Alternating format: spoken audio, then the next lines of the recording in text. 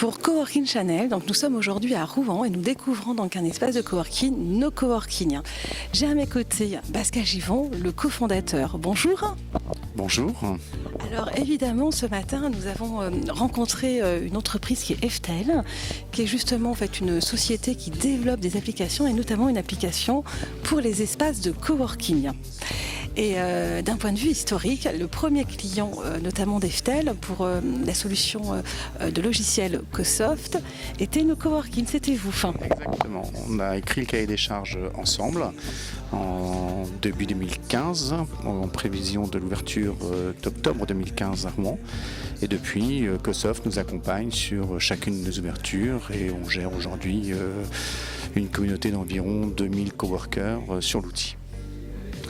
Alors il faut dire qu'effectivement No Coworking ne cesse d'évoluer puisque vous êtes créé en 2015 et aujourd'hui donc vous allez être représenté au niveau national. Alors en effet, on a ouvert, donc ici vous êtes dans le site un peu prototype, on a 1200 mètres carrés, mais c'est pas le format que l'on développe en permanence. On a depuis ouvert 3200 mètres carrés à Lyon, on a ouvert 3005 à Lille, dans le palais de la Bourse.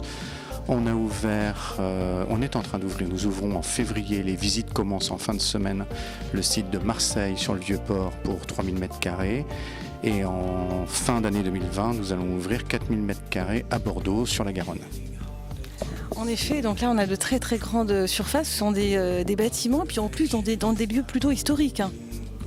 Oui, c'est une de nos spécificités, on est systématiquement en centre-ville, quasiment systématiquement dans des bâtiments monuments historiques ou au minimum dans une zone monument historique et que des bâtiments premium, qui est vraiment notre marque de fabrique. D'accord. Alors revenons un petit peu sur justement l'origine de No Coworking. Donc vous étiez déjà entrepreneur. Qu'est-ce qui vous a poussé à vous lancer justement sur le marché du coworking ? Donc Edouard et moi, nous étions un peu dans le domaine de l'immobilier entreprise, moi plutôt dans l'informatique, Edouard a des EHPAD par ailleurs, et avec une façon d'aborder le monde du travail ou le monde de l'accueil un peu différente. Et en 2015, ce que l'on cherchait surtout, c'était un exploitant de bâtiment. Et en fait, on avait envie de faire un coworking et on cherchait un exploitant. Et en regardant ce qui existait sur le marché français à ce moment-là, on a trouvé qu'il n'y avait pas l'exploitant qui correspondait à la vision que nous avions du coworking. Et donc nous avons fait le choix de créer notre propre exploitation de manière à exploiter le bâtiment. Mais en fait, au départ, on n'était pas prévu pour le coworking. On cherchait d'abord un exploitant, mais on n'a pas trouvé. Aujourd'hui, il y a autant de coworking que de façons de l'aborder. Et la façon dont nous souhaitions l'aborder, on trouvait qu'elle n'était pas présente en France. D'accord.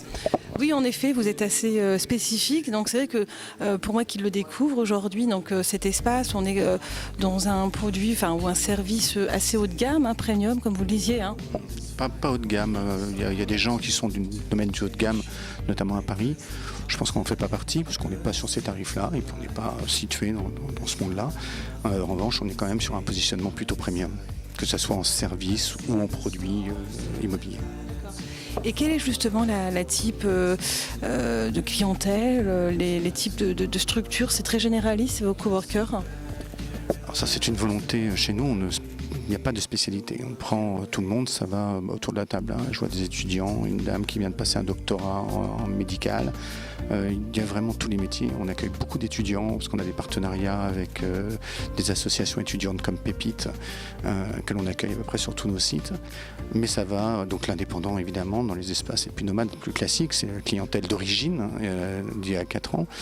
Mais en fait, on sent que la clientèle a beaucoup évolué et on a de plus en plus de bureaux et voire maintenant de sociétés installées qui viennent installer des équipes de 10, 20, 30 personnes dans nos espaces. Alors sachant que par rapport à d'autres coworking également, nous refusons d'accueillir des gens qui représenteraient une taille trop importante dans nos espaces de manière à ne pas abîmer la communauté et qu'il n'y en ait pas un qui soit le leader de l'ensemble. Vous avez choisi le mot, effectivement, on retrouve chez No Coworking justement les valeurs de la communauté. C'est un élément essentiel puisque les personnes présentes sont là depuis un bon petit moment. Alors on a une grosse partie de notre client de Rouen. J'ai plein de clients qui sont là depuis 4 ans, que ce soit en bureau, que ce soit en nomade, qui sont là depuis toujours. On insiste fortement sur la partie communautaire, mais quand je dis qu'on insiste, on va même jusqu'à faire un événement par jour, par site. Donc on a vraiment beaucoup d'événements, on a des totems communautaires comme vous avez pu voir là-bas où les gens peuvent s'envoyer des photos, des cartes postales ou ce genre de choses et qui apparaissent sur tous nos sites en même temps. Mais vraiment l'animation du site est très importante. J'en reviens à CoSoft. CoSoft nous aide beaucoup là-dessus. CoSoft nous a permis on a tout de suite pensé à l'automatisation un maximum de tâches administratives de manière à se concentrer, à ce que nos équipes sur place se concentrent exclusivement sur l'animation de la communauté et sur connaître les clients. Et ce qui nous permet de gérer, par exemple sur un site comme Lyon-Lille où on a 3000 m², on n'a que 3 collaborateurs, mais qui sont dédiés qu'à nos clients. Et nullement à faire de l'administratif, de la relance, ou ce genre de choses. On les a complètement déchargés de tout ça et tout ça est géré par la plateforme informatique. Très bien, effectivement oui, logiciel collaboratif, mode collaboratif, donc parfait chez nos coworking. Alors justement, vous qui avez un peu l'expérience depuis, puisque aujourd'hui vous avez de nombreux espaces de coworking, comment définissez-vous le coworking aujourd'hui? Comment l'avez-vous aussi vu évoluer? Alors, il y a 2 questions. Donc la première question sur la façon de coworking. Alors, pour nous, le coworking, d'abord, c'est travailler ensemble, c'est coworker. Et ce qui est à mon sens, ce qu'il ne faudrait pas oublier. C'est pour ça qu'après j'ai beaucoup de mal avec toutes les notions qui ont leur légitimité ou autre, mais qui à mon avis se détachent un peu de ça. Pour travailler ensemble, il faut se connaître. Alors typiquement, on nous demande régulièrement, et mes équipes commerciales nous demandent régulièrement est-ce que vous pourriez mettre en place le fait de pouvoir tester pendant 2 heures. Et ma réponse est systématique en disant mais comment vous pouvez ressentir une communauté en prenant 2 heures chez nous? Ça n'a pas de sens. Je ne sais plus, notre premier forfait doit être à 60 €, quelque chose comme ça, sachant qu'il n'y a aucun engagement, il n'y a rien. Et avec 60 €, tu dois venir pas mal d'heures dans le mois déjà. Venez tester un mois. Et c'est après un mois, vous pourrez commencer à dire mais on ne se fait pas confiance, on ne peut pas travailler ensemble juste comme ça en se croisant. On a des statistiques qui nous montrent que 95% des gens qui ont travaillé ici, qui viennent au moins 3 jours par semaine, qui sont là depuis plus de 6 mois, ont déjà travaillé avec un autre coworker. Donc ça, c'est du coworking pour moi. Mais venir passer en bas d'un hôtel ou dans un café en disant on met café coworking, mais tu peux y venir 1 heure. Qu'est-ce que tu vas rencontrer? Tu vas rencontrer qui? Tu vas dire c'est un endroit de passage, c'est Starbucks. Alors en effet, on peut dire que Starbucks c'était déjà les prémices du coworking, mais le TGV aussi. Dans ce cas-là, on pouvait travailler. C'était un espace, un tiers-lieu dans lequel on pouvait travailler. Je trouve qu'aujourd'hui, le mot, alors certains ont même décidé d'abandonner le mot coworking pour passer sur du well-working ou ce genre de choses. On parle de corpo-working. À un moment, pour nous, l'idée de base, c'est travailler ensemble, vivre ensemble, travailler ensemble. Alors je dis vivre ensemble parce que aujourd'hui on est obligé de l'intégrer, parce que quand vous arrivez à avoir des entreprises qui ont 10, 12, 15, 20 collaborateurs, ces personnes-là ne viennent pas systématiquement travailler ensemble, chercher le travail ensemble. En revanche, ils veulent vivre ensemble. Alors, ils peuvent venir travailler ensemble parce que quand vous avez le comptable d'une société qui est toute seule, elle peut avoir envie de rencontrer d'autres comptables d'une autre société à côté. Pas pour développer du business, mais plus pour avoir le même ressenti de travail. Et après, le vivre ensemble, parce que ces gens-là aussi recherchent un besoin de qualité de vie au travail, d'avoir tout un tas de choses qui sont en dehors de ce que propose l'entreprise naturellement. Très bien. Effectivement, c'est intéressant, effectivement, votre expérience, parce que une communauté ne se fait pas en 1 heure. Voilà, clairement. Voilà. Ça n'existe pas. C'est comme, on va dire, une relation amicale. Exactement. Ça doit se finir. Alors, je ne demande pas à ce que tout le monde. C'est pour ça aussi qu'on a fait grand. On ne peut pas être ami avec tout le monde. Donc, si vous n'avez que 40 personnes, c'est compliqué d'être ami avec les 40 personnes. Alors, chez nous, une communauté par site, on est à peu près à 500-600 personnes par site. Mais vous avez toujours une 50aine de personnes. Et puis l'avantage, c'est que pendant quelques temps, vous allez travailler avec un certain nombre. Et puis 6 mois après, vous travaillerez avec d'autres. Sur nos événements, donc je répète, un événement par jour, par site, ce qui est énorme. Quand on a 50 personnes qui viennent sur une communauté de 600, on est ravis. C'est vraiment une très belle opération. Donc 10%. Si vous avez une communauté de 50 personnes, vous allez faire venir quoi? 5 personnes, 6 personnes? mais vous n'allez pas réussir à faire venir des interlocuteurs de bon niveau. Je crois que la semaine dernière, on avait ici, on a les rendez-vous qui s'appellent J'ai rendez-vous avec. On avait fait venir le vainqueur des Césars, non pas des Césars, le truc des meilleurs films, la meilleure musique de film. Il est venu parler, et il ne vient pas pour parler de ce qu'il a gagné, de son trophée, mais l'objectif, c'est même pas. Ce qu'on leur demande, c'est expliquez-nous comment vous avez fait pour rebondir quand vous avez eu une difficulté. Parce que tous les entrepreneurs ont des difficultés. Et là, on entend des politiques, on entend des artistes, on entend des chefs d'entreprise qui viennent. Et à chaque fois, quand ils m'interrogent, ils me disent « Mais tu veux nous faire parler des problèmes qu'on a eus ?» Je dis « Oui, parce que c'est ce qui est intéressant. » On a plein de jeunes ici qui ont tendance à dire « Ça y est, j'ai eu un problème, j'ai perdu un gros client, j'abandonne. » Ou « J'ai perdu un collaborateur primordial, j'abandonne. » Mais non, on a tous des problématiques et il faut absolument vouloir rebondir. Mais pour faire venir des gens que ça intéresse de venir et de s'exprimer, il faut quand même qu'on leur mette un petit peu de population qui les écoute. Et pour ça, il nous faut une grande communauté. Écoutez, bravo Pascal, je trouve que c'est extrêmement intéressant et c'est vrai qu'il ne faut pas non plus vendre que du rêve dans le coworking, que les communautés prennent le temps de se faire et qu'effectivement il faut y rester un peu plus longtemps et voilà, puis quand on s'y trouve bien, finalement on trouve son équipe et on mutualise en fait, parce que je crois qu'il est même aujourd'hui, vos coworkers ont pu même répondre à des appels d'offres en fait, donc ça c'est... ouais. On en a pas mal, on a des architectes là-haut, je sais qu'ils ont répondu récemment avec un développeur aux côtés parce qu'ils avaient une demande auquel ils ne savaient pas répondre, de crédit bail, et donc c'est le développeur à côté qui les a aidés, mais on a quelqu'un dans le site web qui développe maintenant avec un designer, mais enfin, il y en a de multiples, là je peux vous balader et vous en faire voir plein dans le site. Hein. Alors là, la deuxième question, l'évolution. L'évolution. L'évolution du coworking ou l'évolution de Nao Coworking ? Écoutez, je vous laisse le choix.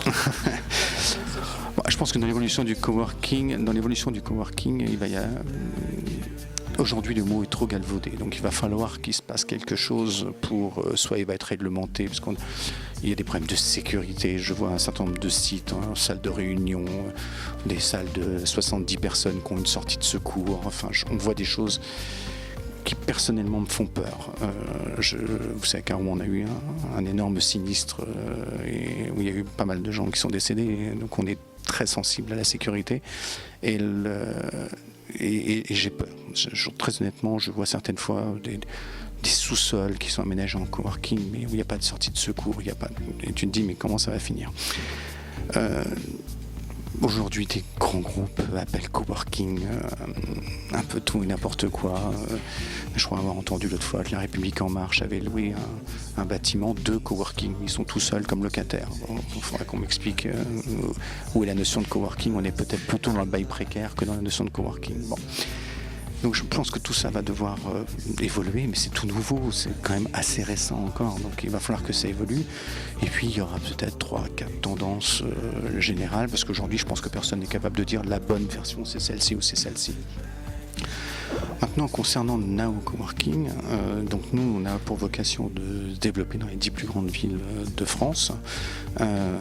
Donc on est actuellement, comme j'ai dit, à Rouen, Lille, Lyon, Marseille en cours d'ouverture, Bordeaux, on est en négociation en exclusive à Nantes, à Rennes, à Nice. On cherche Toulouse, on cherche Montpellier, donc on va ouvrir dans les 10 plus grandes villes. Vous avez remarqué que je n'ai pas considéré Paris comme une très grande ville. Non, c'est pas ça, c'est que le prix de l'immobilier aujourd'hui à Paris est tellement fou que on est quand même des entreprises, il faut un modèle économique, que moi le modèle économique parisien je n'y arrive pas. En revanche, on a été beaucoup sollicité par des utilisateurs des mairies et des foncières ou autres. Et donc nous avons créé cet été un nouveau produit qui s'appelle Nao Connected, donc qui ne répondent pas intégralement aux critères de Nao, mais qu'on développe pour le compte de tiers. Et normalement, les 4 premiers vont ouvrir d'ici le mois d'avril. Et donc on va mailler le territoire maintenant à partir de ce qu'on appelle les flagships, c'est-à-dire ceux dont je viens de vous parler. Et on va mailler le territoire à peu près sur chaque région. On va développer des espaces de coworking Nao Connected, mais plus petits en taille, plutôt de cette taille-là. Ce qui sont déjà assez grands pour la majorité des coworking, mais qui pour nous sont plutôt petits. Et là, vous disiez donc les no connecting, ce seront des offres plutôt collectivité ou très généralistes en fait? Non, alors, variable. Là, on va répondre à une demande d'un client. Donc, voilà. Donc, on a des clients collectivités, mais on a des clients qui vont nous dire, là, je voudrais que vous nous créiez un coworking avec cette spécificité métier. Et là, dans ce cas-là, on se laisse la possibilité de le faire. D'accord. Très bien. Alors, vous savez, chez Coworking Channel, on a une rubrique, puisqu'on est beaucoup sur les réseaux sociaux, les 5 hashtags. Donc, on vous demande de résumer justement votre expérience, nos coworking, en 5 mots-clés. Alors, je vais déjà reprendre les 3 mots qui font partie de nos mots-clés à nous.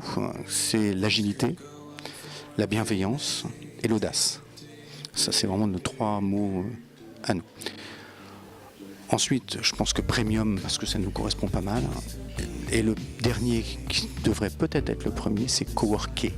Parce qu'on essayons de coworker tous ensemble. Comme le verbe. Voilà. Nous coworkons, exactement. On en fait un verbe. Je cowork, tu cowork et nous coworkons.